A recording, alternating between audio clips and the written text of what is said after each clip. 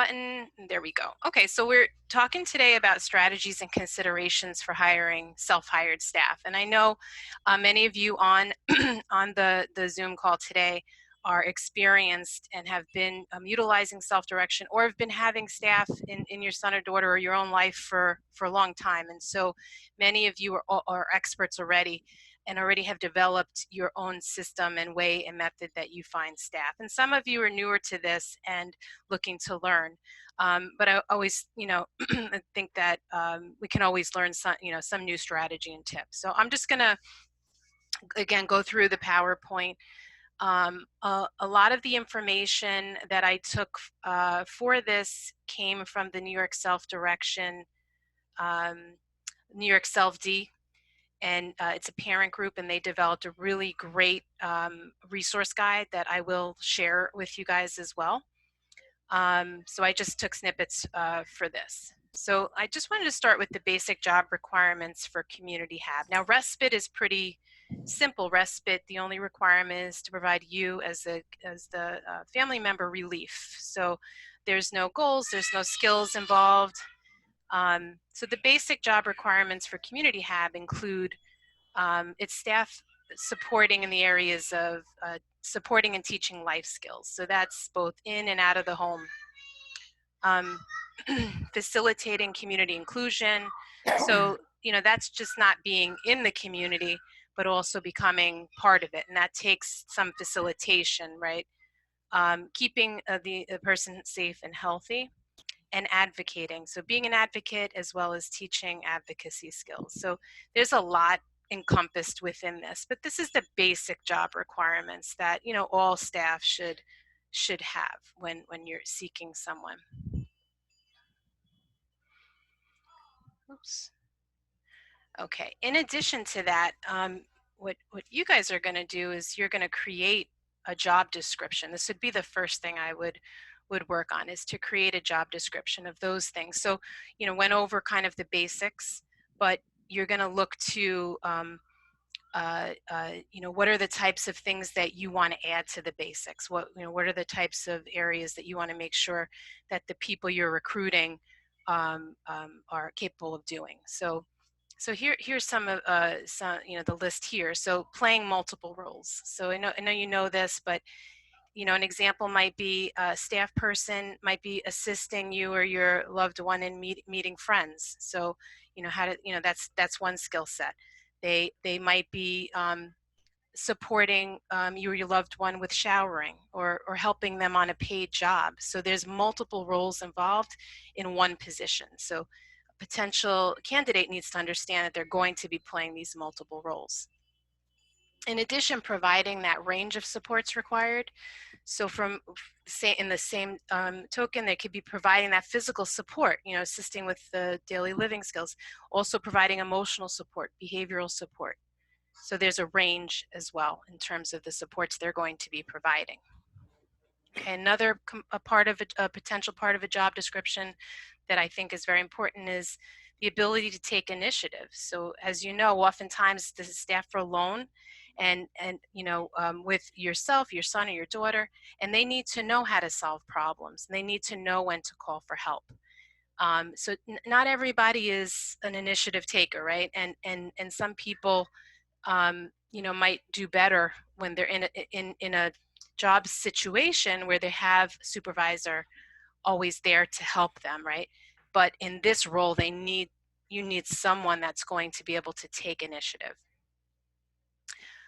Supporting informed decision making. So, that ability to, there's a fine line as you experience between giving choice and letting the person kind of pursue negative activities, and how does the staff person has to be able to understand what that line is, and that very nuanced way that they're helping you or your son or daughter to make those informed decisions, but at the same token, not allowing them to engage in potentially dangerous behavior, knowing what to do when something like that happens.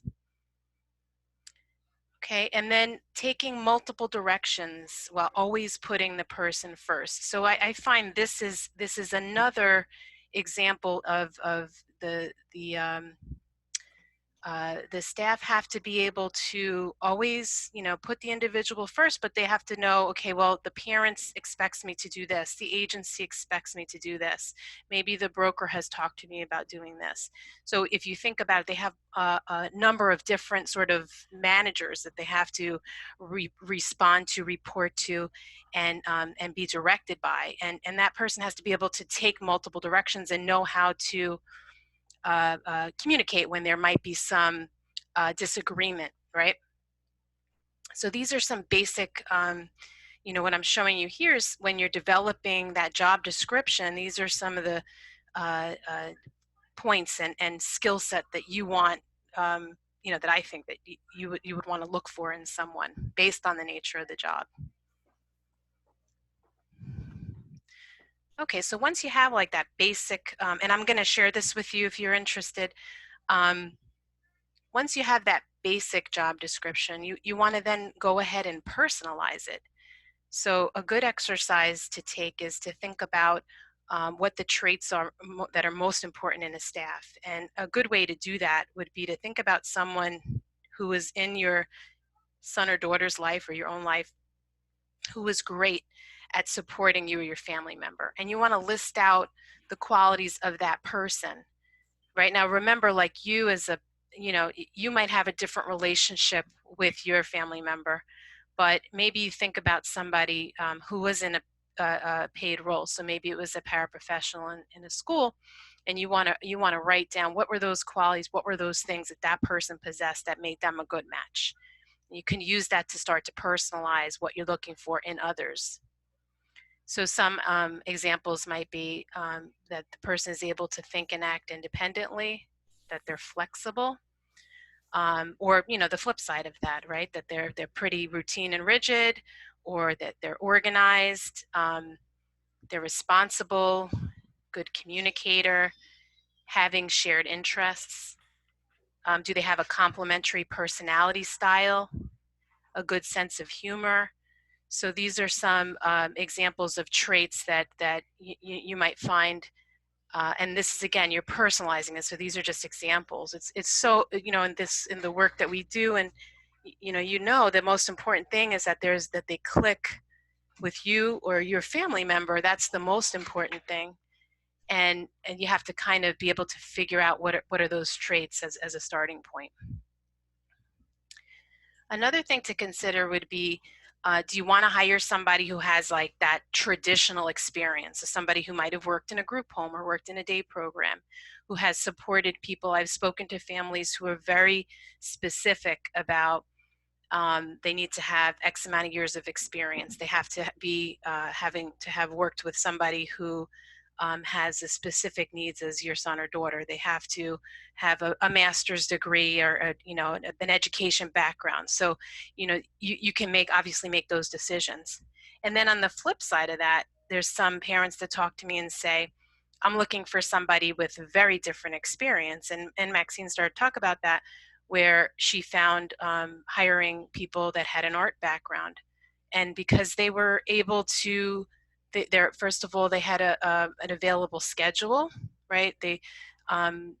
Although that's can be a downside too, sometimes maybe she had to work around their schedule, or just their personality, that creative, their creative focus in their life allowed them to be, to understand the quirkiness and the personality of her son. So I think it's looking for, and it was a discovery that was made that, wow, an art type of person was a good match for her son. So instead of saying I'm looking for somebody who's experienced, has worked in the intellectual and developmental disability field, she's looking for artists. So that's something to consider. Do you seek somebody that has a totally different background? Do you consider, and I think I have this on the, so, and you could keep going down that path. Do you think about somebody who has no experience but might have a family member who has a disability and has a natural life experience and understanding of how to support someone? So this is really personal to you. Sure, many of you have already done this exercise, but if you haven't, consider doing this so that you have, and again, you're not going to get everything on your wish list, right? Because we don't operate that way. But it's good to have a good understanding of what's going to be, what are these traits that are going to make for a good match.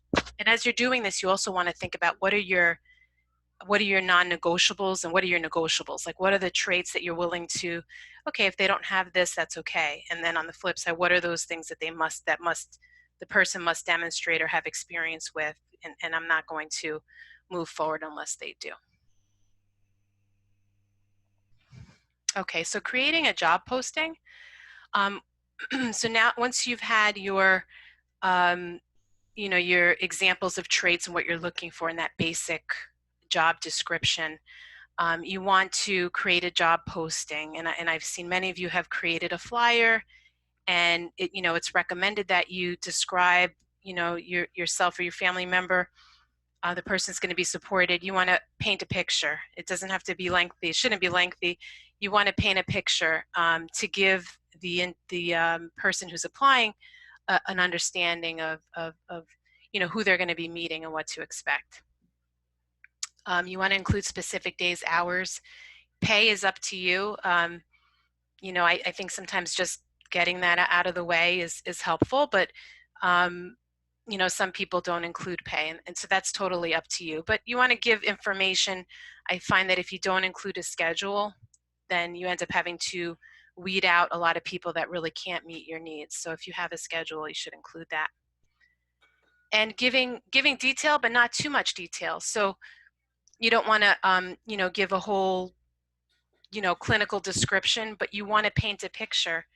You want that person, and I've seen a bunch of different postings. I've seen postings with the physical picture of the individual doing something that they enjoy, and sometimes that's a unique way to approach it. Sharing a little story, a couple sentences of a story, something that's going to draw attention and be eye-catching, and be creative with it. So you want to focus on strengths and interests. That's important, because you might have the person being supported has some unique interests. Maybe they're a huge Yankee fan, and so somebody looking at a job posting who is also a Yankee fan is going to say, oh, that's cool, wow, we have shared interests, and so they might be more attracted to apply. So creating that job posting is important, making it personal, making it stand out, being clear about the schedule, and some basic expectations would be good. I am going to, at the end, I'm going to quickly go over some legal considerations when you're interviewing and when you're creating a posting, things that you can't legally indicate or ask. So I will talk about that. Okay, so on this next slide, now that you've created your posting, what do you do with it? So a lot of people, and what I actually, even in our agency, aside from in the self-direction, but just in the agency in general, we end up getting the majority of our staff come through a word of mouth through other staff. So, having those personal connections. So you might have current staff that can recommend someone, and they're well positioned because they understand your expectations, they understand your son or daughter or you, and so they can help recommend someone that might be a good fit. A lot of families have contacted and hired prior paraprofessionals. So paraprofessionals, we find, if you're looking for afternoon or weekend support, they might be good because they might be interested in part-time work. Or retired teachers. Many of you have kept in touch with professionals from the past, and sometimes they will pop back up and could be a very good match for somebody to hire, or a coach, or another way that we've seen people find staff is, maybe your son or daughter takes a class, like let's say they're taking a class at yoga studio, and maybe there's someone else, who's taking the class, a student, and you might find that that person is interested in being hired. I worked with somebody years ago, and we created these little business cards, and the business card said, it was basically she could use that card when she was out and about. So, for example, she went to eat at Applebee's, and the waitress was this wonderfully delightful young woman who was energetic and really took an interest in her. And she gave her this business card, and on the card it said, are you seeking a job where you can make a difference in someone's life with a disability? If so, please give me a call. And she left her number there. And she was able to successfully hire somebody in that way. So, that's another creative idea of taking advantage when you're out and about and you see these people and you think, wow, that person might make it for a great hire. Just and in their natural environment, you can get a sense of how they might be. Advertising. So I know many of you in the OTPS section, you can get reimbursed for advertising if it's in your budget. So people have used care.com. And if you're not familiar, there's a bunch of care.com like sites. But basically the concept is that people who want to be caregivers, looking for work, they put their profiles, you put your profiles, and you can search based on a bunch of different criteria. Indeed.com, that has been a very popular platform in the last year or two. A lot of people applying. The Indeed.com, you're going to get a flurry of resumes. So you have to have a plan for how to go through those and sift those and screen them out. Colleges. So some people have sent, it's not just through the college's hiring office, but if you maybe contact the psychology department or speech and language therapy department and ask them to put a posting, in their on their bulletin board or their virtual bulletin boards. Houses of worship, different community centers, the variety of electronic boards and social media, and even I know in Long Island they've done some meetups. It's a little bit harder to kind of organize that, but these are just some of the options in terms of advertising. I would also recommend that you share your posting with family and friends, as they might have recommendations. So they might have people in their life that might make for a good fit, a good match. Sorry, let me just let someone in. Hold on. Okay. Okay, sorry. Okay, and then the other cool thing about the self-direction budget is the role of the support broker is very flexible. So if you have a broker who's got good availability and you've got them for a number of hours in your budget, we've seen a lot of families that have brokers do pre-screening of applicants. So for example, if you did use something like Indeed and you set up you created a separate Gmail account so it doesn't flood your own account, and you and your broker go in and you can pre-screen. So that might be a good way to get the help you need to kind of sift through, and maybe you come up with specific criteria and you ask the broker to pre-screen and push forward to you, the top 3. These are just some suggestions that you can use in terms of finding staff. Okay, and when you guys get to talking, I definitely want to hear about some of your creative ways that you've found some good people. Okay, so ultimately, so when you get to making the decision, right, you're meeting the person and you're trying to get a sense if there's somebody to hire. So some people will take a look at the resume, and I always think a resume, some people actually don't have a resume, which is okay, but I think a resume is a good way initially to tell you about a person's background. Do they have multiple jobs? Do they have a variety of experience? What kind of education do they have? What kind of interests do they have? So it can give you some insight into what to expect when you meet them. So taking that resume and kind of circling some points or making some notes about some things you want to ask them about. It's a good way to get the conversation started when you meet them in person or through Zoom. And a lot of families are using Zoom as a way to do an initial interview, especially during this pandemic. In addition to a resume, you want to ask the person about their life experience. So, like I mentioned before, maybe the potential staff has a family member with a disability, and so they have a more personal invested interest in this profession, and a more insight into what they're going to be expected to do, and from where you're coming from.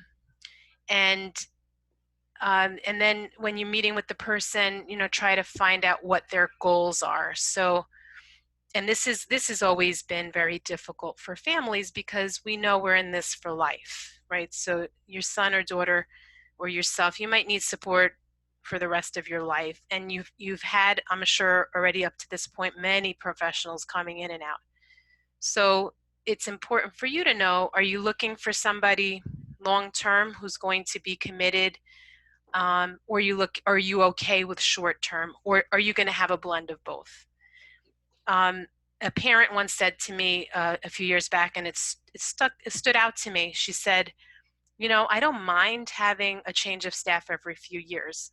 And the reason I don't mind having that change is because people get complacent and they get into a routine, and that spark gets lost. So she doesn't, she said to me, it's okay. The turnover, not every few months, but every few years was what she was okay with, because she wanted her daughter to have that, that continued spark, and she wanted her daughter to meet new people and to be engaged and challenged, and not just anticipate the same thing day in and day out. So, with that being said, sometimes when you think about, well, I'm hiring somebody who's a college student and I might only keep them for 1 or 2 years, maybe that's not a bad thing. Maybe in some ways it's okay and could present an opportunity. Some people have a mixture of long-term and short-term employees. So they might have somebody who this is their profession and this is what they're going to be doing. And then you might mix in some part-time staff, who will only be there for a short time. And that maybe that kind of arrangement helps you to have both the stability and that little bit of excitement and change. So it's always good to kind of get a sense as to what the potential employees' goals are. If they're honest. So the next point is about maturity. So, and I'm not going to say this has to do with age, but sometimes it does. So, again, if you're hiring somebody, let's say, who doesn't have any paid experience, and maybe they're a college student, pretty young, but they're energetic, just know that they might need more mentoring, more support, more supervision from you. But you might get something that's very exciting, right? So they might bring some energy. Or maybe you're looking for somebody who's more mature, who's more stable, who has that level of experience in life and professionally. So I think knowing that and might help guide you. And of course, has to be a good match, So if your son or daughter, or if you are more inclined to have somebody who's like a cheerleader, who's real energetic, maybe you're not. So I think it's important to just, again, make sure you have that job description, that personalized job description and criteria set forth. As I mentioned before, those non-negotiables and negotiables. So you're going to have to make compromise, and you do this already. So you're never going to get somebody. It's kind of like, think about dating or getting married, right? Like of course we want the best, but perfection is never going to happen. So it's thinking about what are those non-negotiables? What are those things that if that person doesn't have, that you're not going to proceed? So as you start to, if you're new to this process, you'll start to pick up on that, and you can weed people out right away. And trusting your gut reaction. So a lot of this has to do with, when you meet someone, of course, give them a chance and speak to them, spend some time, but trust that gut reaction. If there's that match, if there's that spark, that sense that this could be somebody that really can work out well, trust that gut reaction, because most of the time you're right on track. And if you don't have a good gut reaction, maybe in your own life you just trust everybody, make sure you bring somebody in that can give you some insight and an opinion, somebody that you trust their gut reaction. And then when you're spending some time, you want to watch and observe interactions. So I think about a young woman that I've known for many years, and the most important thing is when the potential employee walks up to us, and let's say it's me and her, and we're doing an interview, and if the potential employee doesn't greet her and doesn't say hi, my name is, to the individual being supported, to me that's a problem. So you want to watch and observe the interactions. Are they more inclined to be talking to you as the parent, or are they also involving your son or daughter or yourself? Because that's super important. And oftentimes they have to say, she's right here, she can answer that. You want to reinforce that, but again, is that the person's natural instinct? You want to think about commute time, and this is a lesson I've learned. And I just, if it's going to take somebody too long to get to work, oftentimes I don't really want to consider them, because that can become a hardship. And of course people are eager to work, and they want to think that, oh, I can do a 2-hour commute each way. But then when they come to do it, they find it's too hard. It doesn't work out. Now, of course, there's exceptions to that, but that's something that I do pay attention to. And checking references. We also check references, but we're checking them after you've already sent them our way. So by the time you send them our way, you might want to ask the individual for some references so that you can call and speak to somebody that knows them a little bit better. And ultimately, you're going to choose based on what is most important to you, and you're going to make that decision based on all the work that you've done to really make that match. Before I open it up, I did want to just kind of go over some of the interview questions that, again, your parents, your people being supported. Your job is not necessarily to keep up on all the labor rules, so I'll send this your way. But it is important to know that there are certain interview questions, certain things that you cannot ask as per the Equal Employment Opportunity Act, the New York State Human Rights Law, and the New York City Human Rights Law. So in general, you want to avoid questions that express any limitation to age, race, creed, color, national origin, military status, sex, including gender identity, sexual orientation, disability, predisposing genetic characteristics, marital status, or domestic violence victim status. So you want to stay away from those things. So here's some, it's too many to list out, but in January of 2020, it did become illegal for employers in New York State to ask about an applicant's salary history. So you cannot say, how much did you make at your prior position? I'll share this document with you as well. In yellow, I highlighted what you can say. So you can ask their salary expectations for the position they're applying for. So what is the salary you're expecting? That's something that you can ask. You cannot ask, are you a citizen? Where are you from? But you can ask if the employee is eligible to work in the United States. Oftentimes you guys will say to us, have somebody who's here on a specific kind of visa. Can I hire them? So what we usually will say is, we'll send over the I-9. So the I-9 is the document that, provides that verification. and they have to submit, there's a list of the documents that they submit and the type of visa, and it has to be stamped, and there's all different nuances to that.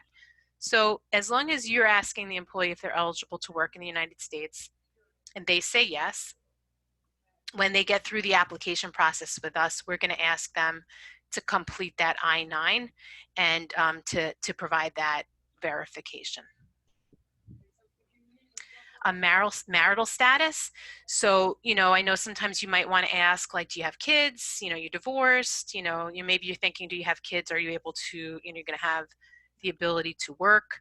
So you're not able to ask those questions, but you can say, you can ask a question about, can you make a commitment like being able to work overtime? So that's not saying, do you have kids, but it's asking them if they have the ability to commit to the schedule and the potential for overtime. Not that we want overtime. Okay, age. So you cannot ask how old you are, but you can say that the minimum age for working is 18. And we have that on our application as well. Okay, disability status. Okay, you can't ask questions like, what's your medical history? You have any mental health conditions? But you can say, are you able to perform this job with or without reasonable accommodations? Or do you have conditions that would keep you from performing this job? Again, we have that on our application, but I'm going over this with you because during the interview process, before they've even filled out the application, I want to make sure you know that these are some of the things that we can't outright ask about, and give you some options of what you can ask. Religion, you cannot ask about religious denomination, affiliations, etc. You can say, are you available to work on certain days, but not tie it to the inquiry towards religion. Okay, so you can ask if they're free to work on Saturdays. Okay, arrest records. So there are some federal laws that limit, there's protections for applicants that have criminal records. As you know, based on our state regulations, we are required to conduct a criminal background check, but that is not necessarily a bar to employment. You don't even have to get into that on your interview. What you will need to tell them is that as part of the hiring process, that they will need to provide information on their criminal background when they get through the application process. Because as you know, they will have to be fingerprinted. We do a bunch of different clearances. But if they ask about that, first of all, they're disclosing it to us. If they ask about why, it's because it's a state requirement based on the nature of the position. And again, it's not necessarily a bar to employment. So I'll give you an example. If somebody has, 40 years ago had a conviction for, use of marijuana, we have a committee that would look at. We get access to that information, and we're not allowed to share that with you as the parent based on the protections for the employee. But our committee would do a safety review, and we'd say, okay, how long ago did this happen? Was there any other offenses afterwards? Did the person have, we look at their resume, did they have work experience afterwards to show that they have been rehabilitated? So it might not be a bar to employment necessarily, but we do have to take a look at that. Okay, so that's all that I have. So like I mentioned in the beginning, I wanted to take the opportunity to open it up to all of you to share with one another some any particular strategies or thoughts you have on ways to help find, to recruit and find staff that are a good match, and ways to engage them in the hiring process. Does anybody want to share? Maxine? Well, yeah, well, I could just say one thing, is that, again, I can't stress enough how important it is to really use your instinct to see about how committed someone is to this job. But I'll tell you, like, my long-term strategy really is that I don't mind, I like having as many people as possible, because what I'm trying to do is to find people who in the long term will be committed to Benji. So, and that's really my long-term strategy, is to sort of create a family of people when I'm dead who will be there for him. So I think that that's something that's very important to keep in mind when you're hiring.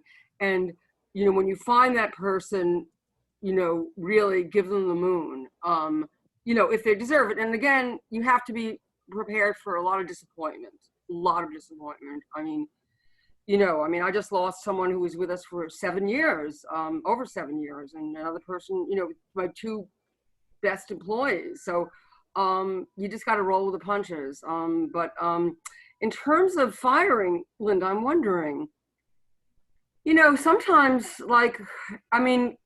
if someone's just not caring and doing the job, can we just get rid of them? Well, New York State is an at-will state, meaning, I guess yes, but we we would want, because people can make different claims. So what we want to do is make sure we handle this properly, and we follow like a proper chain of events. So if you're having somebody and you're having performance issues, what Yeah. we would request is that you communicate with us what the issues are, how you've addressed them. We just want to maintain the records in our file in case they do go to the EEOC and maybe bring up a claim, that we have the information in our file that would support your ultimate decision. But couldn't we also just say that, we could sort of get around that by sort of seeing what their availability is and saying we just can't put you into the schedule anymore? I think, look, there's a co-employment, as you know, so you guys are in charge of the schedule. So if you really don't have room in the schedule, but I'm always in support of taking a more honest approach, and if there are performance issues, if they're not meeting the job expectations, that's understandable. You're not required to keep them. Okay. And so, maybe the best thing to do would be to reach out to us and let's talk about it and come up with a game plan based on each unique circumstance, and just make sure we have all of our ducks in a row, so to speak. Nellie? Oh, you froze.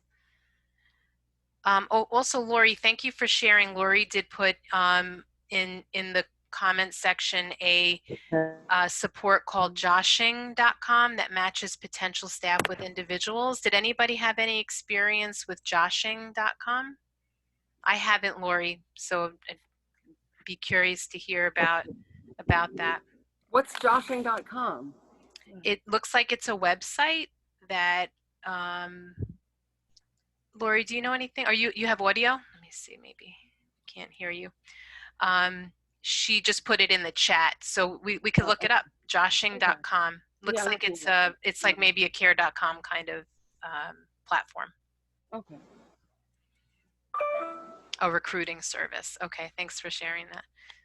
Okay, anybody else? Also, I just wanted to say that, again, New York Foundation for the Arts has been very good, but one thing about hiring artists, don't hire performing artists. Now I guess it's okay, but they'll always be they'll always be breaking their schedules whenever they have it. So that's one thing I wanted to say. Okay. Linda?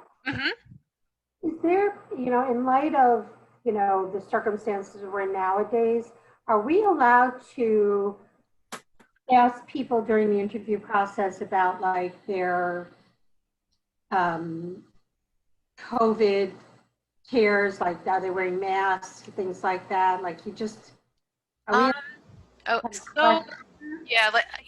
I will. So that's an interesting question. So about when you're interviewing somebody, well, what you can do is you can set forth the expectation.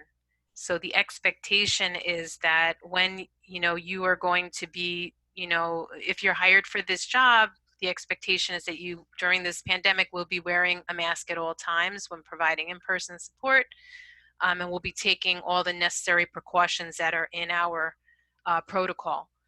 As far as asking, are you getting to like what they do at home? Like how are they protecting themselves at home?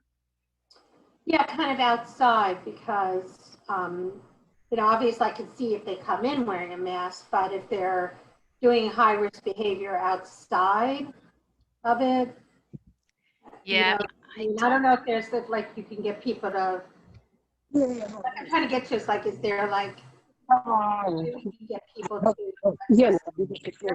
Нет, они не могли 150 oh wait, вопросов. hold on, I'm sorry. Okay.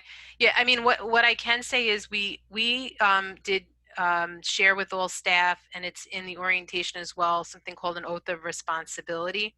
And the language we used in that is that, staff agree to not only follow the precautions to maintain their safety while they're at work, but while they're outside of work. I have to get back to you on if that's something that we can ask in an interview. I'm thinking probably not, but let me find out.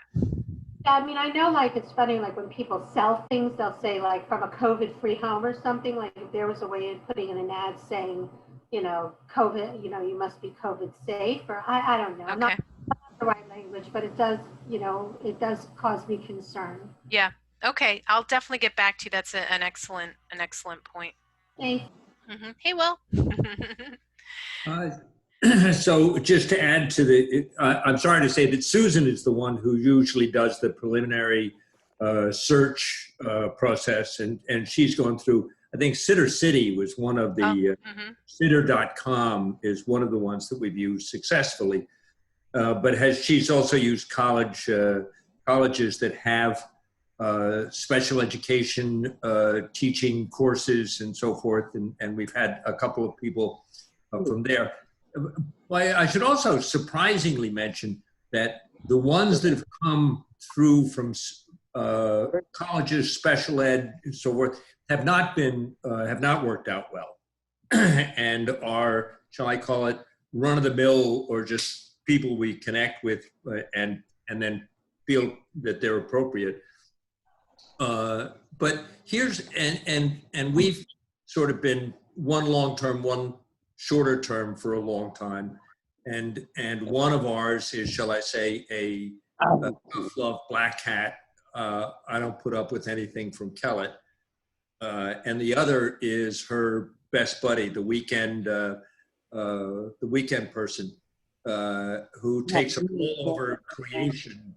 Who knows where? I mean, it's sort of a dream weekend with Charmaine. But and my question dovetails the one that Carol was just talking about.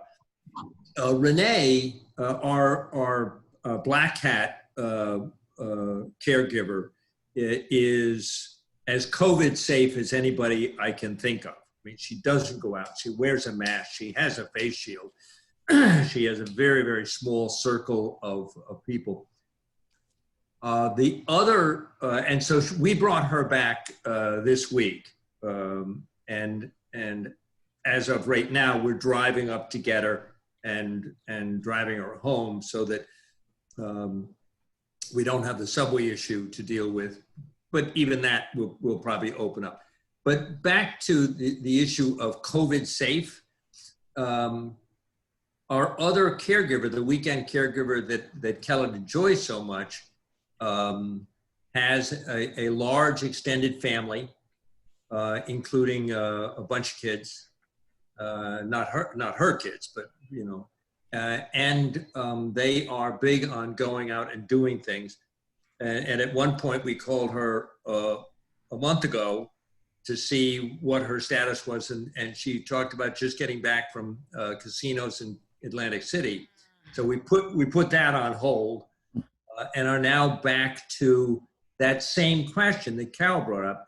And I realize you can't do it when you're hiring, but I assume it's perfectly okay for us to grill her about her COVID safe activities or how she's approaching this in terms of mask and so forth. Because if she can be safe, we'd like to bring her back. But if it's Atlantic City and get out of my way, then we can't. Yeah, this is something that we've been struggling with here, and that's why we when we develop that oath of responsibility, although it's not, it's not legally binding. So there's a few challenges here. You can't watch and observe. So of course they can tell you, yeah, sure, I'm COVID safe, and then go to the casino.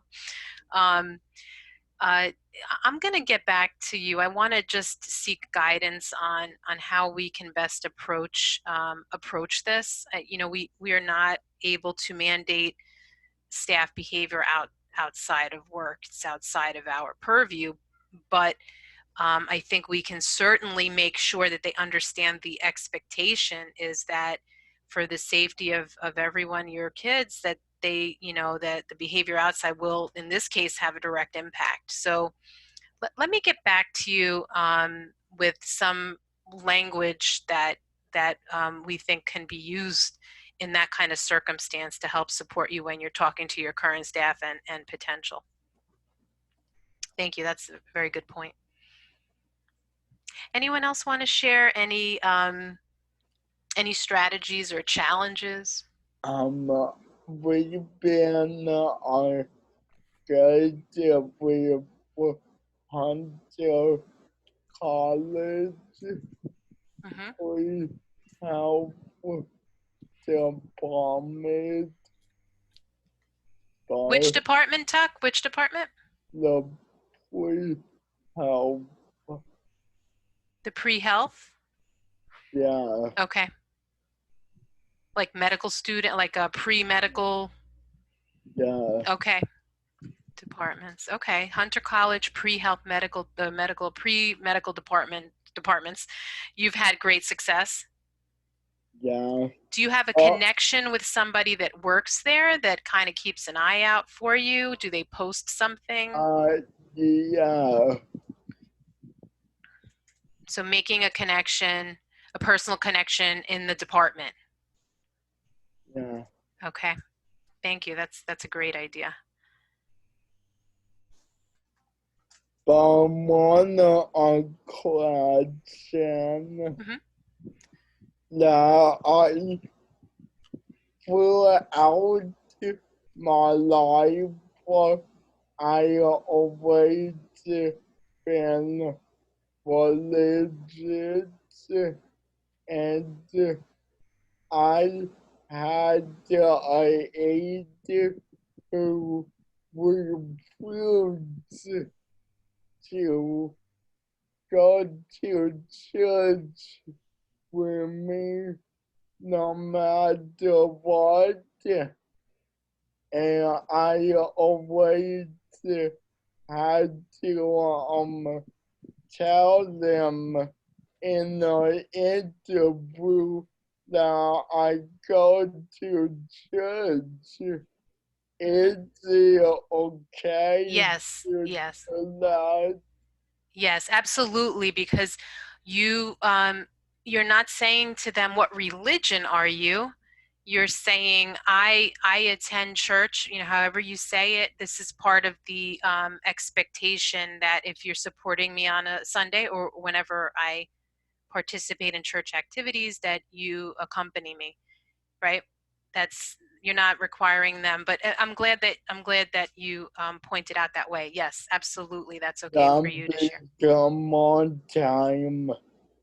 I wanted to go to feed the homeless, and I'm on church, and he refused.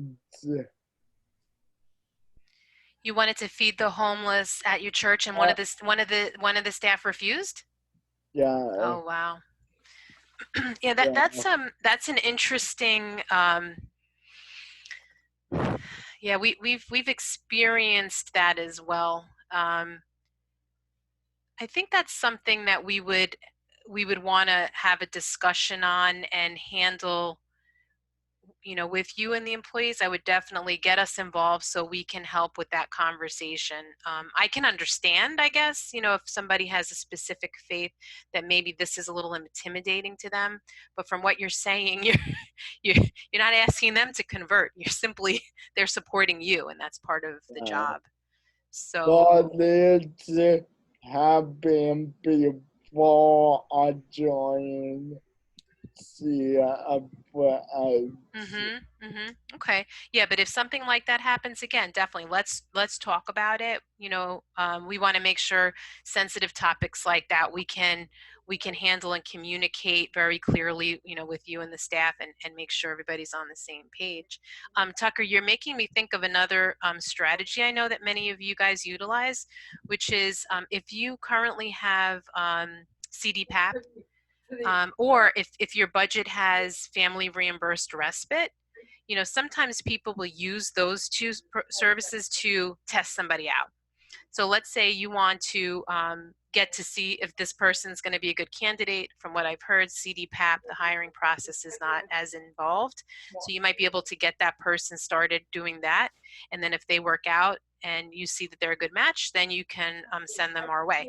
Or the same thing goes, if your family members are living with you at home and you have family reimbursed respite, maybe you say, okay, come tomorrow for a few hours, spend some time, and you pay them out of pocket and get reimbursed through family reimbursed respite. And again, you can get a sense of if your gut's telling you this is a good fit and you've had that interaction and that observation for a few hours, then maybe you'll say, okay, now I'm going to proceed and move this person into the hiring process. Yeah. Okay. Mr. Ludoff?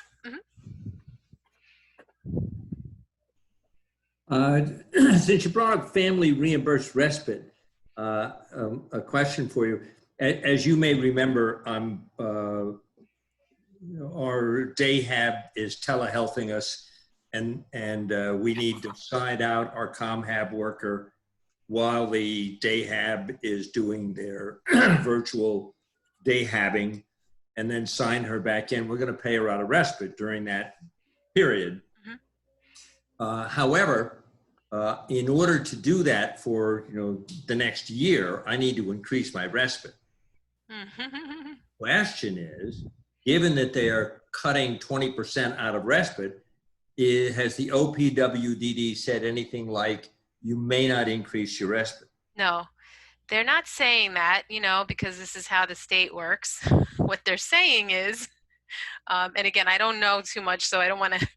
What they're saying is they're going to cut basically 20% of the state services.